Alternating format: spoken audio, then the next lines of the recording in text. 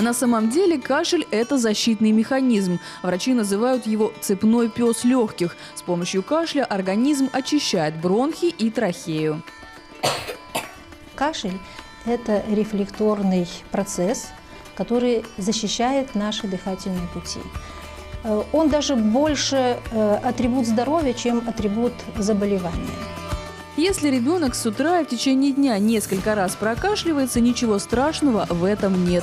А вот если кашель явно мучает ребенка и есть другие признаки болезни, тут нужно быть внимательней. Нет, наверное, ни одного такого симптома, который бы так не живоописывали, как кашель. Значит, кашель может быть сухой и влажный. Кашель может быть частый и редкий. Кашель может быть длительный и быстротечный. Кашель может быть утренний, дневной, ночной и круглосуточный. Кашель может быть болезненный и безболезненный. И еще куча характеристик.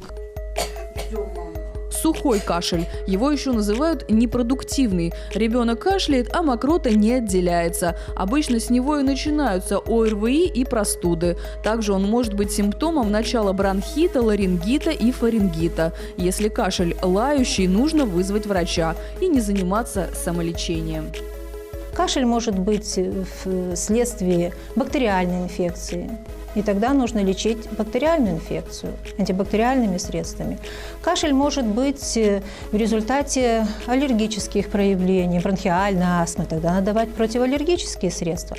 Кашель может быть симптомом респираторной вирусной инфекции. Тогда надо подождать, чтобы организм сам мог справиться с этой инфекцией.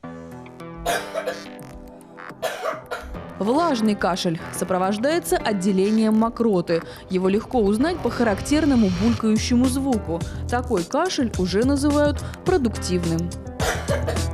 Если у ребенка насморк, то ночью слизь из носа спускается по горлу вниз и тем самым провоцирует кашель. В этом случае нос ребенка нужно очистить, и кашель прекратится. Кашель, который не проходит больше 3 недель, называют хроническим. Это однозначно повод тревожиться и непременно показать ребенка врачу. Нет волшебного средства, которое бы вылечило любой кашель.